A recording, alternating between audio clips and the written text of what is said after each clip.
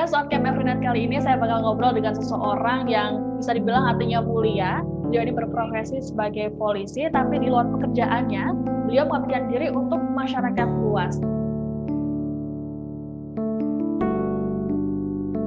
Dan sudah terhubung dengan saya, sudah ada Bapak Purnomo di sana. Halo Pak Purnomo, apa kabar? Alhamdulillah. Assalamualaikum. Kabar baik, Pak. Waalaikumsalam. Bapak ini kesibukannya apa nih, Pak? Ya, sehari-hari saya jadi polisi dong. Oke. Ya, ini kami ini persiapan nyari OJGD, Mbak. Karena sementara kami belum merawat OJGD untuk minggu ini. Kemarin banyak. Nah, kalau sudah kosong, kami keliling lagi nih, mau cari OJGD. Berarti ini setiap minggu ini harus mencari ODGJ juga ya, Pak? Setiap hari, bukan setiap minggu, setiap hari. Jadi sangat kesibukannya adalah mencari orang-orang yang membutuhkan perhatian dari kita semua ya, Pak ya? Siap. Nah, Pak, ini untuk tempatnya yayasan punya Bapak ini ada di mana ya, Pak, tempatnya? Ya, jadi untuk Yayasan Berkas beralamat di Desa Nguok, Kecamatan Modo, Kabupaten Lamongan, Jawa Timur untuk RT 17 RW 1. Itu berarti awalnya dari Bapak sebagai Babin Kaptipmas, terus membantu warga di sekitar gitu ya Pak ya? Ya, terus akhirnya alhamdulillah karena medsos ini banyak orang yang simpati, yang tergugah, akhirnya dia ngikut, akhirnya saya bikin sebuah yayasan. Lah, alhamdulillah di saat pandemi ini kegiatan kami untuk kami sudah melaksanakan kegiatan sedekah telur polisi, yang mana itu kami kasihkan orang-orang yang kurang mampu, kurang beruntung, gimana caranya mereka bisa maju dalam ekonomi. Bulan kemarin kami juga mengadakan kegiatan yang kami namakan sedekah es polisi. Lah, apa itu sedekah es polisi? Jadi kami sering ngasih bantuan berupa uang, namun kayaknya kurang efektif, Mbak. Jadi alhamdulillah bulan kemarin ada 9 orang yang mana kita pilih laki-laki semua.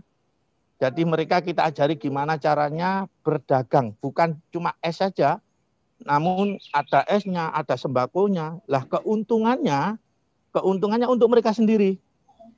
Namun saya minta kalau bisa disisihkan setiap harinya. Ada yang menyisihkan 5.000, ada yang menyisihkan 10.000.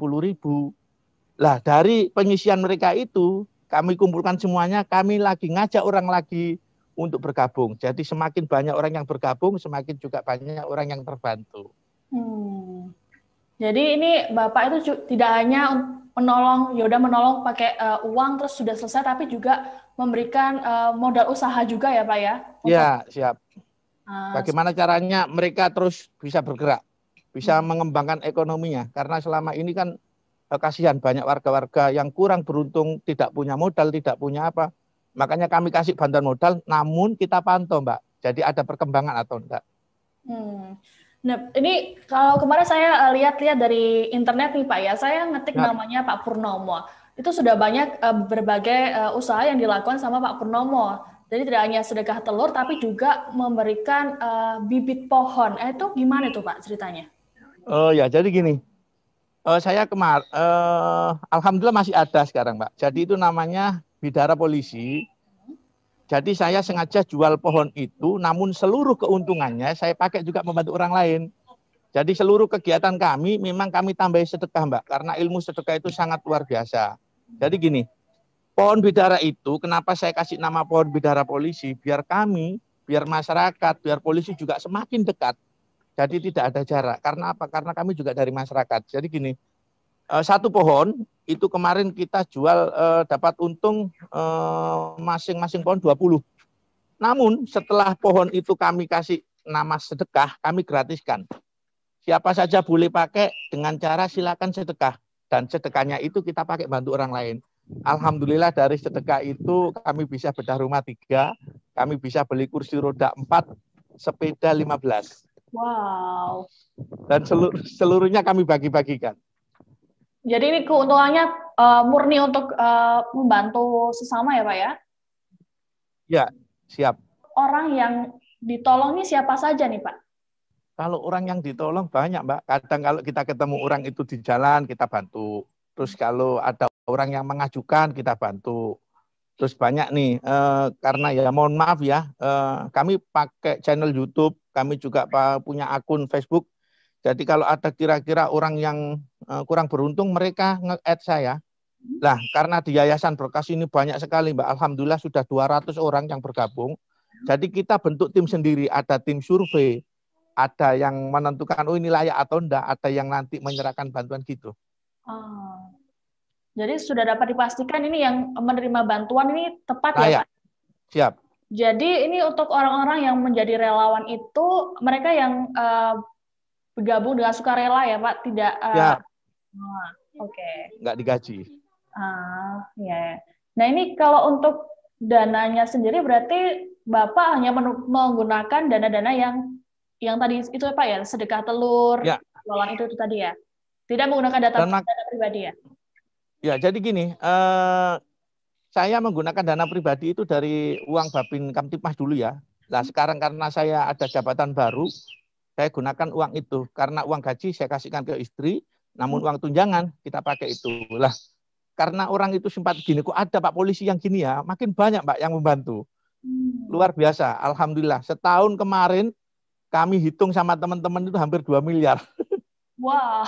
Ya, 1 tahun kemarin, 2 tahun ini kami hitung itu 1 tahunnya sudah 2 miliar dana yang masuk yang kita serahkan. Dan alhamdulillah Yayasan Berkas tidak pernah menampung donasi. Jadi bisa kita pastikan seminggu mesti nol, harus nol. Jadi untuk apa ya? Untuk menghindari penyelewengan dana ya Pak ya.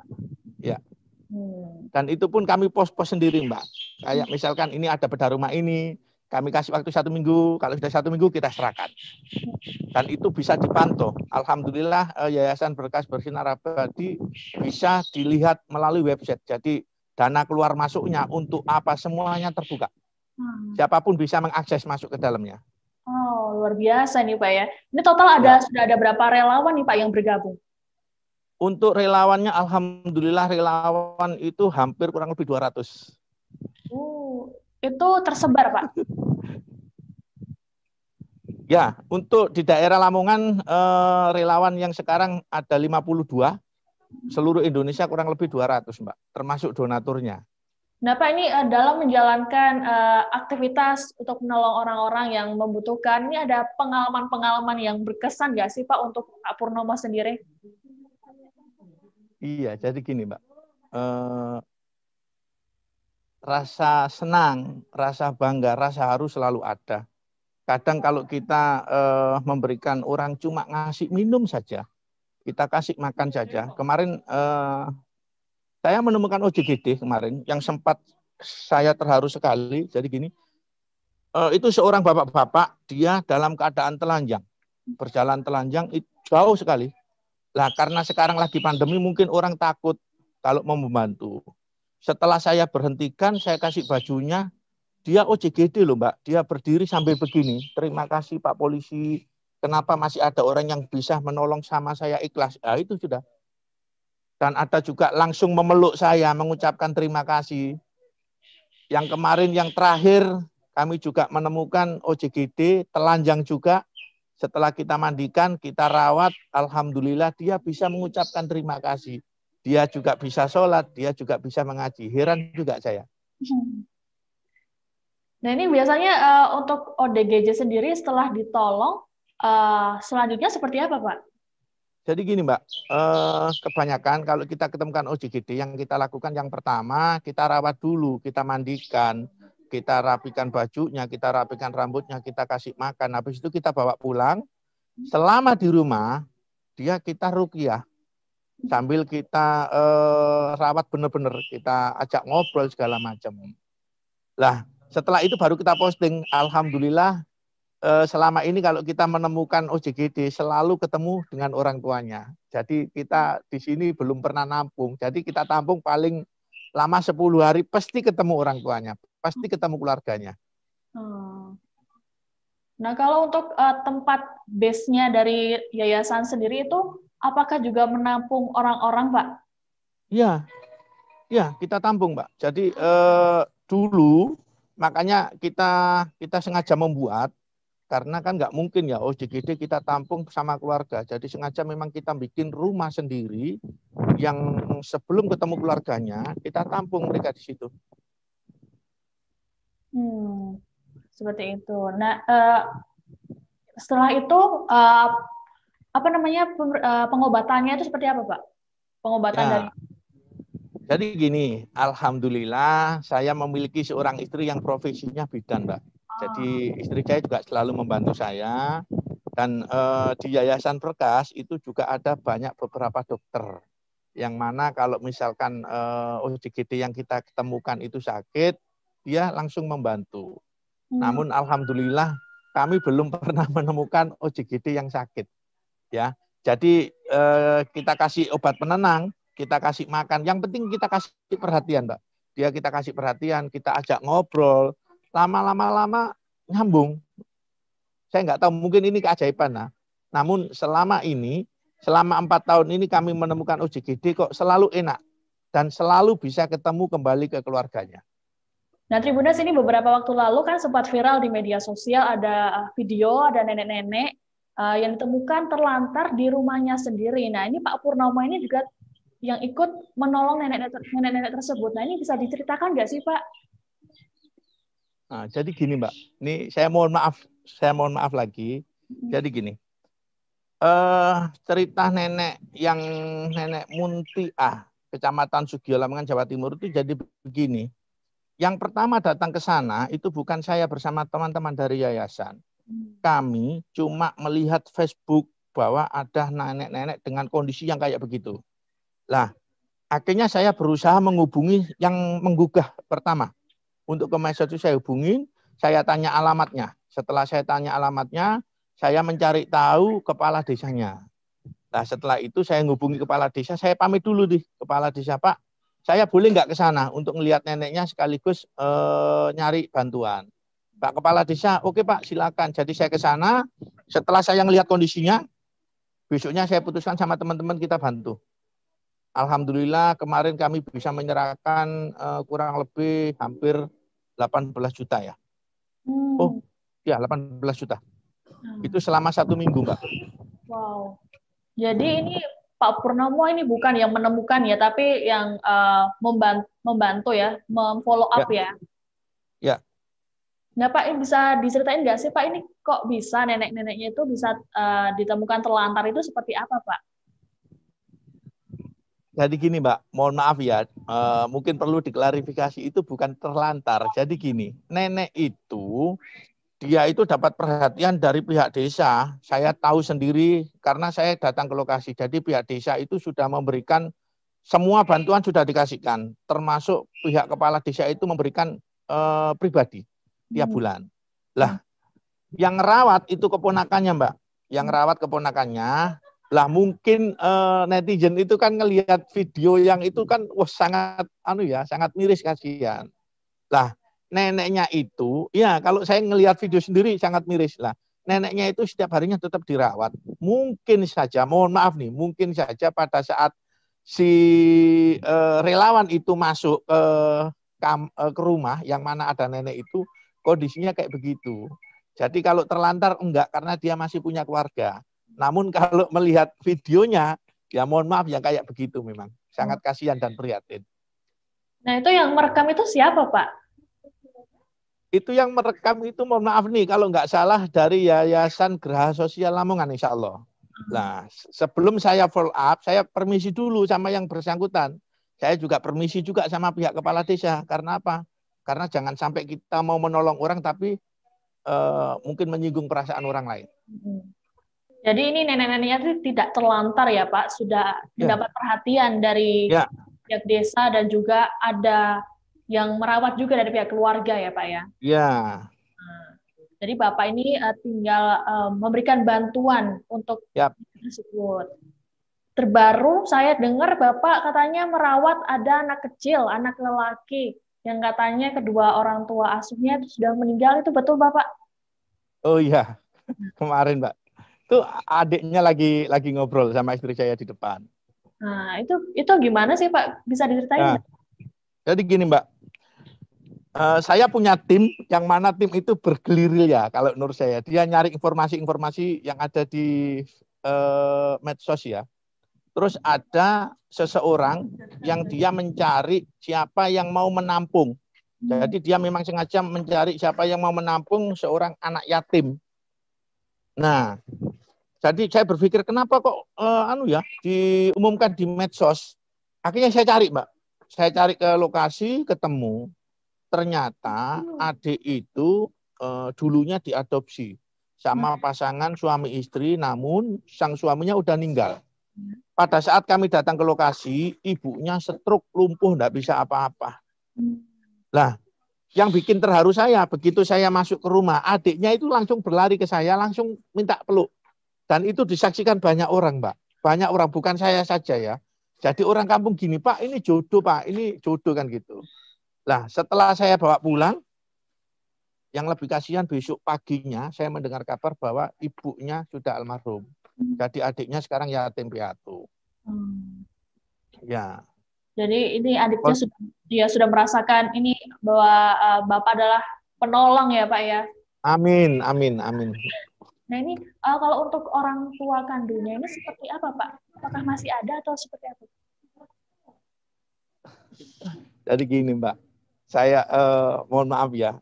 Jadi kemarin sebelum saya ambil, mohon maaf ini sebelum saya ambil, ibunya itu bilang ke saya, Pak ini sudah jadi hak asuh saya. Yang ngomong itu Pak D-nya. Jadi kami tidak boleh mencari tahu ibu kandungnya siapa. Karena adik itu memang betul-betul kemarin sudah diadopsi. Lah masalahnya saya mohon maaf nih, adiknya nggak bisa ngomong, tunawicara. Jadi mungkin itu yang menjadikan rasa kasihan kita. Sekarang ada sama saya Pak. Jadi alhamdulillah di yayasan kami sudah ada 3 adik-adik yatim piatu dan semuanya masih kecil. Ini terkait dengan ini, Bapak kan melakukan pengabdian di luar pekerjaan Bapak sebagai polis. Yap. Nah ini tanggapan dari kantor sendiri seperti apa Pak? Tanggapan kantor bagus Mbak. Alhamdulillah kami dikasih 1 mobil dari Bapak Kapolres. Wow. Ya kami dikasih 1 mobil dipakai untuk melaksanakan kegiatan. Terus kami juga dikasih 1 rumah ya. Rumah ini kemarin diresmikan oleh Bapak Kapolres sama Bapak Bupati datang ke sini. Terus alhamdulillah Pak Kapolres Lamongan, Pak AKBP Miko setiap bulannya sudah menjadi donatur, Pak. Jadi kami mendapatkan 4 Kapolres Lamongan, alhamdulillah seluruhnya sudah jadi donatur yayasan kami, Pak. Luar biasa, wah, saya merinding. Ini berarti sangat mendukung usaha Bapak dalam mengabdikan diri pada masyarakat ya, Pak ya. Siap. Nah ini sebelumnya nih Pak, saya mau tanya Bapak jadi polisi sejak sudah berapa tahun jadi polisi? Saya jadi polisi mulai tahun 2000, Mbak. Oh, 2000, ya hampir 21 tahun. 21, siap. Ya. Nah, ini kalau misalnya untuk keluarga sendiri, Bapak sudah punya anak berapa? Saya punya anak 2. Yang laki SMA kelas 1, yang cewek baru kelas 5 SD. Nah, waktu awal-awal Bapak mendirikan yayasan, gimana respon keluarga, Pak? Respon keluarga mintanya gini, Mbak. Dulu saya cuma ngumpulkan anak-anak muda. Saya ngumpulkan anak muda gimana caranya kita bisa berbagi senyum. Lah, karena kegiatan saya semakin padat, saya meninggalkan keluarga, akhirnya saya bikin sebuah yayasan yang mana kantornya di belakang rumah saya. Dan alhamdulillah karena polisi tidak boleh jadi ketua yayasan, Mbak. Jadi sekarang yang menjadi ketua istri saya. Sekaligus dia kan ahli kesehatan ya, jadi dia selalu ngikut kalau kita ketemu apa dia ngikut. Dan anak saya semakin muncul rasa empatinya, muncul rasa kasihannya ke orang lain untuk melatih anak-anak saya, Mbak. Gitu. Nah ini kan waktu awal-awal kan pasti sibuk sekali ya Pak ya, Bapak jadi polisi, itu nanti setelah pulang mengurusi yayasan, anak-anak sempat protes nggak Pak? Pertama sempat protes. Namun setelah dia tahu sendiri, dia ngelihat malah dia yang ngobrain saya, Pak, ada orang gila di sana, malah dia yang ngobrain, yang ngajakin saya. Ya, jadi saya bagi Mbak sekarang. Jadi untuk anak saya, untuk anak saya sekarang saya jadikan ketua UMKM. Wow. Jadi anak saya masih SMA kelas 1. Jadi kalau misalkan ada penjual keliling, semuanya itu nanti berurusan dengan anak saya. Sungguh luar biasa nih Bapak Purnomo ini juga menyebarkan kebaikan untuk semuanya ya Pak ya. Ya. Nah ini Pak, untuk rencana kedepannya nih untuk yayasan ini seperti apa Pak? Ya, jadi saya mohon doanya nih Mbak. Untuk bulan 3 kami akan bangun 1 lantai lagi khusus untuk perawatan OJGD. Dan kami mau beli tanah lagi, insya Allah kami akan bangun panti lansia. Ya, jadi maunya kami mudah-mudahan semakin banyak orang yang mengenal, semakin banyak orang yang percaya, semakin banyak donasi akan kami kelola dengan yang baik. Tujuan kami mudah-mudahan dengan yayasan ini orang-orang terlantar yang ada di sekitar Lamongan tidak ada orang terlantar lagi. Kalau ada orang terlantar silakan gabung di Yayasan Berkas, kita belajar sama-sama. Jadi tidak hanya untuk Lamongan saja ya Pak? Ya. Beberapa daerah juga ya Pak? Siap. Seluruh Indonesia? Ya, karena OJGD itu kan nggak dari Lamongan aja Pak, dari mana-mana. Jadi tidak terbatas daerah juga ya Pak ya? Ya. Nah Pak, ini kalau misalnya nih di Tribuners di rumah yang sedang menonton, ingin menyalurkan bantuan, ini harus kemana nih Pak? Ya, bisa melalui rekening Yayasan Berkas Bersinar Abadi, Mbak. Tapi lupa saya nomor rekeningnya. Nanti kita cantumkan di bawah ya Pak ya. Nah, ya, siap. Misalnya Tribuners ada seseorang yang ingin dibantu oleh Bapak, bisa langsung menghubungi ke Instagramnya. Oh, siap. Pak. Ya, siap. Bisa langsung menghubungi Instagram saya atau nomor WA saya 081333180664. Insya Allah 24 jam kami siap. Oke, baik, terima kasih Pak Purnomo atas waktunya. Juga tadi rencana-rencananya dapat terlaksana dengan baik ya Pak ya. Amin. Dan juga semoga semakin banyak orang yang ditolong oleh Bapak dan juga Amin. Ya, Amin. Amin. Oke, terima kasih Bapak. Amin. Amin. Terima kasih Mbak. Nah, demikian tadi perbincangan saya dengan Pak Purnomo, seorang polisi asal Lamongan, Jawa Timur yang mengabdikan dirinya untuk membantu sesama. Nah, semoga perbincangan saya tadi bisa jadi inspirasi dan juga motivasi Tribuners di rumah untuk selalu menyebarkan kebaikan untuk sesama kita. Jangan lupa saksikan On Cam Afrina setiap hari pukul 9 malam hanya di kanal YouTube tribunnews.com. Terima kasih sudah nonton. Jangan lupa like, subscribe, dan share ya.